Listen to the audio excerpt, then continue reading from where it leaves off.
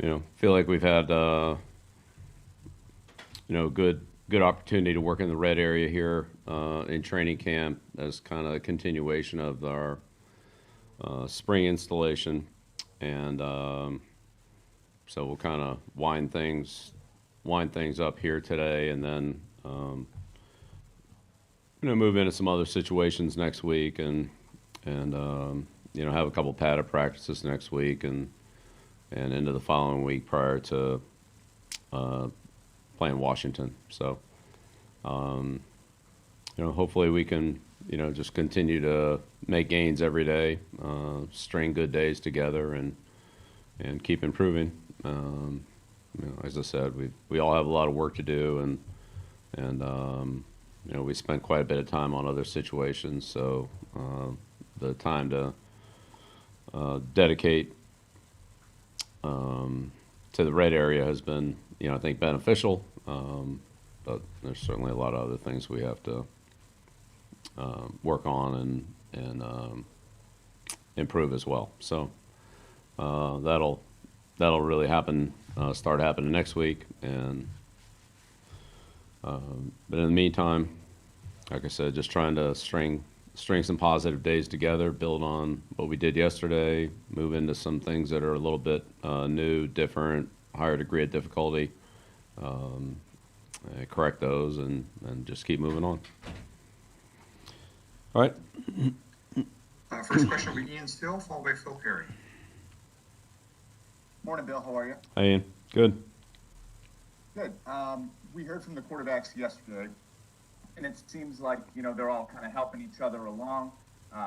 Max said that Cam's helping him along as he gets used to NFL football. What have you seen from the camaraderie in the quarterback room so far? Yeah, I think it's good. It's really been like that on the whole team. We have a lot of veteran players that are helping younger guys. We don't have very many rookies on the roster, but we have quite a few second-year players. So, I think the overall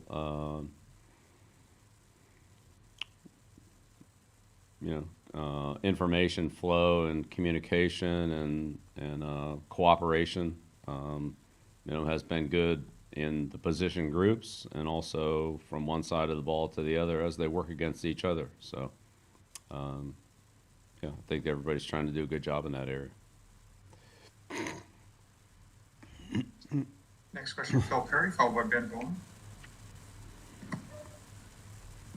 Hey, Bill, how's it going? Good, Phil. How you doing? Good, thanks. When it comes to the red zone passing game, like you mentioned, looks like you guys have been working on that quite a bit the first few practices. How beneficial can that specific situation be to the quarterback pass catcher relationship? Just it being sort of tighter down there and maybe trying to get a read on how a guy uses his body or where he likes the football or that kind of thing. Can, especially early in camp, can that specific situation help those positions make gains as far as their relationship on the field? Right. Well, I'd say that's really the overall idea in the consecutive days in the red areas for teammates to work together on whichever side of the ball it is, and everything happens in a lot shorter space. It happens faster, and the decision making has to be quicker and more precise, as does the execution on both sides of the ball. So I think we've had a lot of good situations where coaches and ultimately players and teammates have talked to each other, and things like you've said about what I'm anticipating, what you're going to do, how we're going to handle this formation, where I am, so you can be a little overplayed a little bit more somewhere else because that I'll be right here to help you in a certain location and so forth. So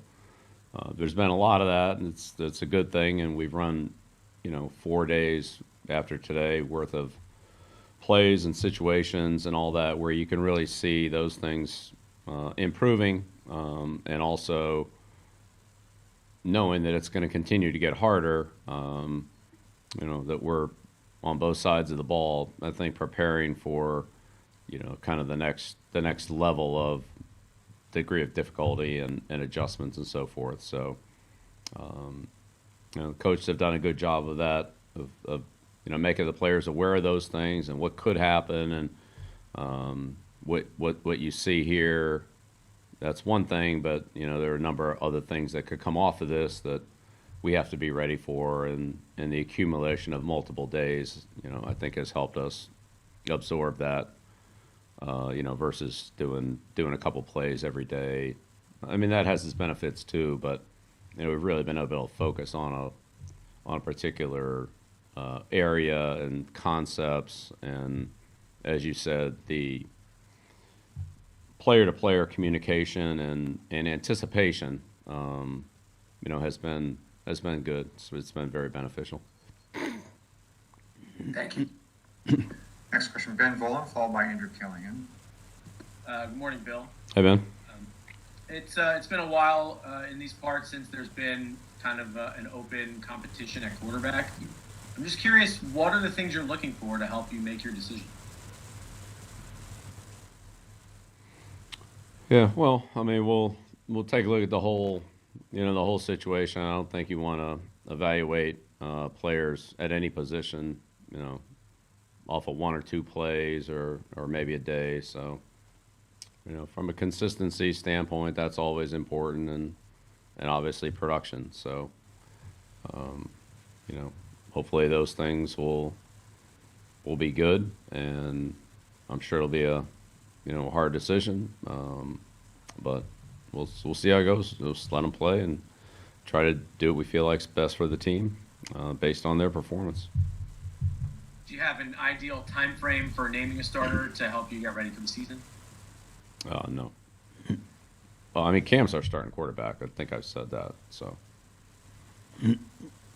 That seems a little different from the other day, because you said the other day everyone starts from scratch. But so it's Well, still a starter. that's right. Everyone does start from scratch, and again, we all have to reestablish ourselves, and that goes for a lot of other players that you could name as well. That I'm sure in your mind you think they're starters, and maybe they are starters, and they probably will be starters, but they all have to reestablish their positions. So that's across the board for the whole team.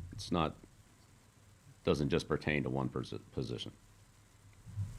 Next question, Andrew Callahan, followed by Chris Ryan. Good morning, Bill. Hey, Andrew. You mentioned winding things up today at practice. What are some of the different things that we can expect to see out there in the field in about an hour? Just continuing to put things together, situations, and more of progressive football, first down, second down, third down, field position changing, that type of thing. We've segmented some of those by for teaching purposes, where we're in the low red area or the high red area, or third down, or blitz periods, and so forth, things like that, which are good teaching progressions. It's good to have those plays and be able to learn from them, but that's not football. You don't have 8 third downs in a row in football, but from a teaching standpoint, there's some benefit to doing it that way. Again, the further down the road you get, then the more, when the team is ready for it, when they're ready for it, then I think you have to start moving into progressive situations that change on every play like the game does. So that's what we'll do. And then secondly, I know 2.5, 3 years is a long time, but besides his position change from playing left tackle here in 2018 and now being more right tackle, how have you seen Trent Brown change as a player and then also remain the same guy who you had here back in 2018? Yeah, I think Trent's experience has given him a good, much higher level of leadership, communication, and he's just able to do more, both on and off the field. Has a lot more experience. Has more experience in our system, which is that's a big factor. He didn't have that in 2018, and we haven't changed things a lot. I think he's comfortable with all the communication and the techniques and adjustments and so forth. That wasn't the case at the beginning of the 2018, nor would you expect it to be for any player that's new to our program. So he's way ahead of where he was, and that maturity and experience has manifested itself in positive leadership and I would say insight for other players. Been with 3 organizations, and he has a good perspective on a lot of things, especially the New England Patriots. So yeah, he's becoming a very experienced and well respected, not just for his physical talent, but for all the other things that he does. It's just something he gained over the course of the 18 season, but he's starting from a much higher point now. 2 final questions, Chris Ryan and Mike Reese. Morning, Bill. How are you? Hey, Chris. Good. How's it going? Good. 2, if I can. Just on Cam again. Outside of injury, he is your starting quarterback, correct? Yeah, I just answered that question.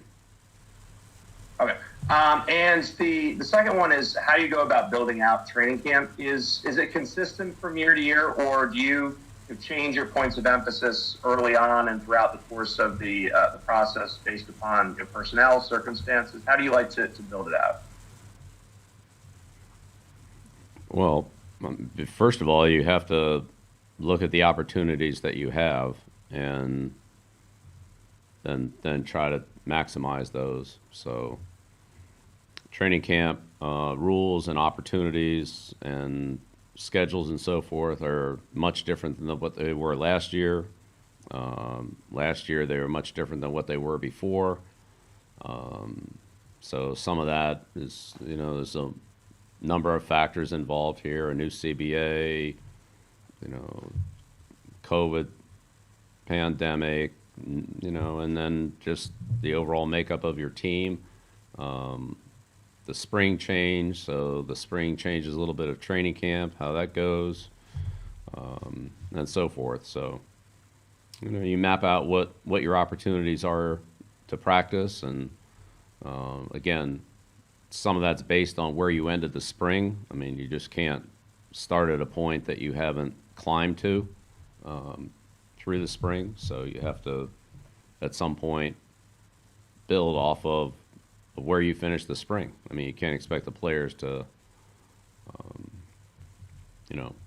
cross a gap that you haven't taken time to bridge. So each year is a little bit different. Each situation is a little bit different. The calendars are different. The preseason schedule is different. It's certainly a lot different than what it was last year. So, I mean, I don't think there's necessarily a cookie cutter way to do things. At the same time, there is a certain progression. I mean, you have to start somewhere and you have to build forward. But there's so many different areas of the game that it doesn't always have to be in the exact same place, and sometimes it is, sometimes it isn't. So I'd say each year has some similarities to previous years, but each year certainly has, I would say, differences and probably significant differences in the structure and the installation, and a lot of times the actual practice schedule itself. Last question, Mike Reese. Hey, Bill, how are you enjoying this cool, crisp fall weather? Yeah, it's good. Yeah, no control over that. So let's head out there and try to make the most of our practice opportunities, whatever it is. With Cam, how much, if at all, are you noticing a difference in his arm strength?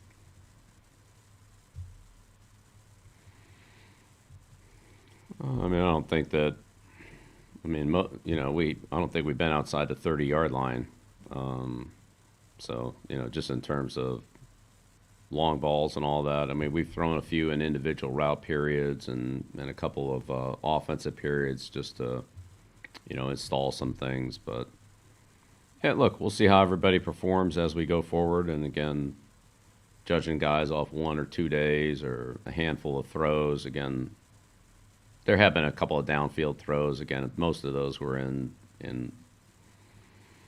offensive periods, so they were kind of set up that way. But we'll see how everybody does when we get a chance to level out the competition between the offense and the defense, and they're playing real football. So his arm looks fine. Everybody looks fine. It looks like all the quarterbacks can throw the ball. I don't really see any major problems.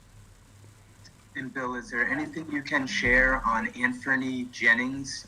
Just in that I don't think he's been out on the field, but I don't believe he's on any of the reserve lists. Yeah, that's correct. He's not on a reserve list. Yeah, he's been excused for personal reasons, and I'll leave it at that.